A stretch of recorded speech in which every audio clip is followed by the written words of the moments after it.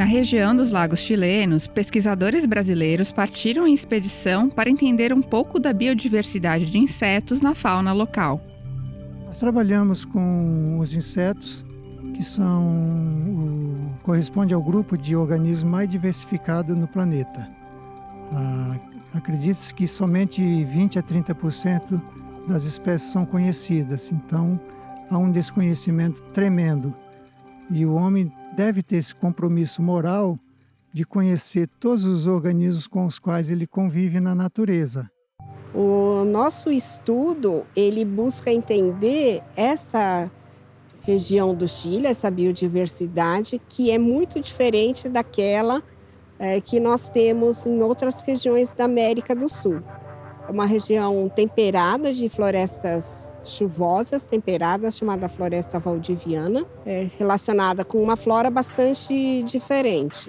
E para isso nós estamos fazendo esse projeto de 1 ano e meio de coletas, que se encerra agora, buscando entender, conhecer essa biodiversidade, saber quais as espécies que ocorrem aqui, listando os dípteros, que é o nosso grupo de interesse mais focal, com as espécies já conhecidas e possíveis espécies novas.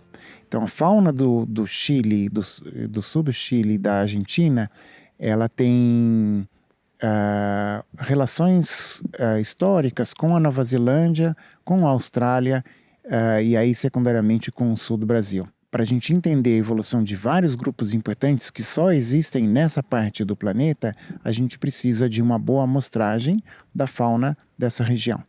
Conhecendo bem essa fauna, a gente vai até entender um pouco dos elementos que estão no sul da Mata Atlântica que tem relação, conexão com essa fauna do Chile. A última grande coleta que foi feita na região foi em 1924, que resultou num trabalho muito importante, numa série de publicações do Museu Britânico.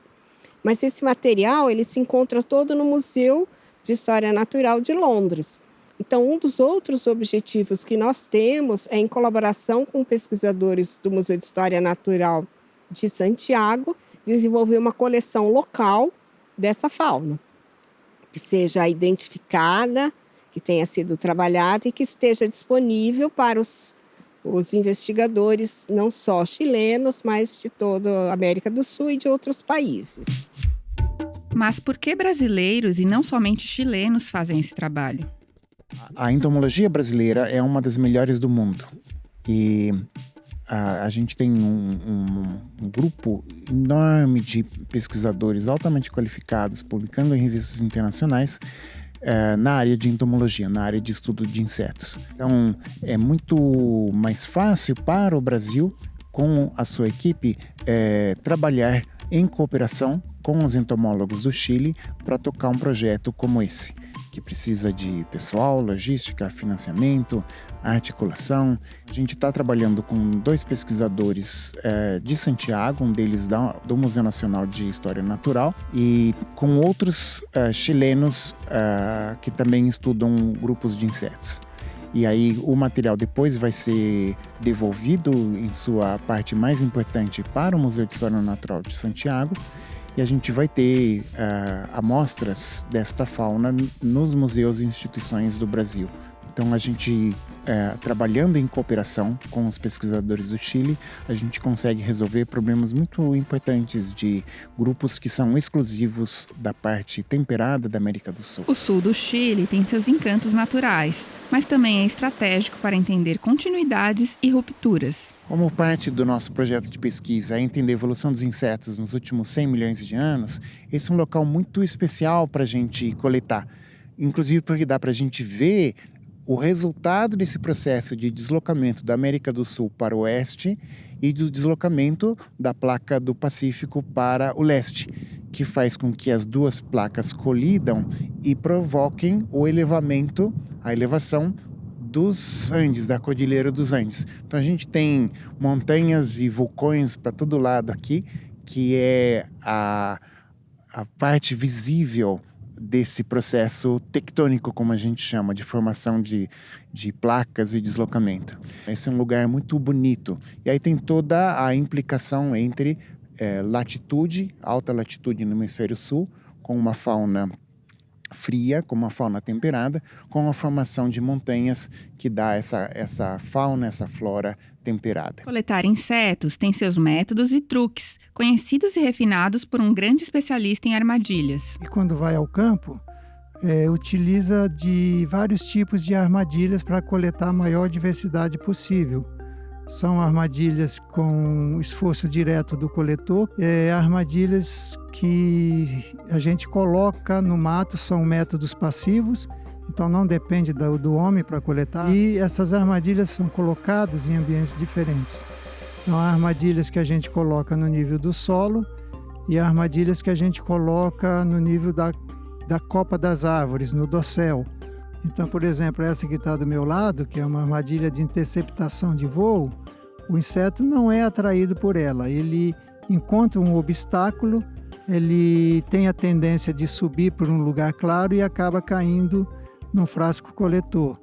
Nós temos armadilhas com substâncias químicas que simulam matéria orgânica em decomposição, e para isso nós estamos usando o vinagre, que é uma substância ácida e que atrai grande quantidade de insetos também. Utilizamos cores, amarelo, aqui nós estamos com amarelo, mas pode também utilizar azul, vermelho e branco ou outras cores. Para as coletas noturnas nós utilizamos fontes de luz, então os insetos são atraídos e a gente vai capturando os grupos de nosso interesse. Mas os desafios vão bem além da coleta. O material que a gente recolheu nesses últimos anos deve somar cerca de 1 milhão de espécimes, de exemplares. Então vem o processo de transformar essa massa de material em algo disponível para os especialistas. Isso significa separar um por um de cada um desse 1 milhão de exemplares em isso é besourinho, isso é vespa, isso é abelha, isso é formiga, isso é mosquinha, isso é gafanhoto. E depois de separadas as ordens de inseto, a gente separar cada uma das mosquinhas, por exemplo, em 66 ou 70 famílias diferentes.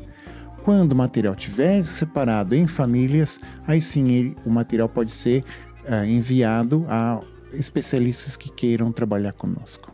Trabalhando há alguns anos com a região, o grupo já vem colhendo frutos importantes. Um dos destaques é a descrição de uma nova espécie. Hoje a gente achou quase 70 famílias diferentes de moscas e mosquitos. E da primeira viagem, a gente coletou uma coisa que a gente não sabia o que era. É uma família que era conhecida só de um gênero, uma espécie na Europa e 2 espécies no Japão. Era tudo o que se conhecia. E aí é espetacular a descoberta de uma espécie no sul do Chile relacionada a esse gênero que era conhecido. Então a gente descreveu num artigo publicado numa revista científica essa espécie, que é um gênero novo, que a gente nomeou em homenagem ao próprio parque. Então ela chama Puyehue Mia, em homenagem ao Parque Nacional Puyehue. E até hoje a gente só tem um exemplar, um bicho raro e importante para entender a evolução de uma parte dos díptera, das moscas e mosquitos. Os jovens locais também são integrados à biodiversidade numa atividade educativa em que aprendem a reconhecer os tesouros da região. Como parte também desse projeto, nós temos um item muito importante que é de atividades de extensão feito com alunos das escolas da região. A nossa intenção com eles é desenvolver não só a consciência do que nós estamos fazendo, né, que eles saibam o que esses cientistas de um outro país estão fazendo aqui, mas também que eles aprendam a olhar este parque de uma outra maneira, que eles tenham um olhar novo sobre algo já conhecido. A gente acha que produzir ciência e divulgar o conhecimento da ciência sempre vem junto.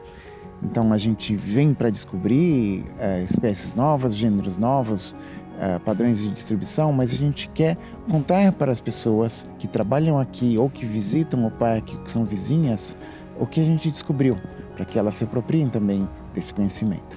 Então, em 2021, a gente deu palestra na escola, mas a gente quer que as crianças venham no parque ver os insetos dos quais a gente está falando aqui na natureza. A gente não quer que elas virem entomólogas, a gente quer que elas amem a natureza e ajudem a proteger a natureza, de maneira que elas comecem a enxergar os insetos que normalmente foram invisíveis para elas durante muito tempo e depois elas olhem no microscópio, de maneira que o que é minúsculo se torne perceptível, parte da visão delas sobre este mundo.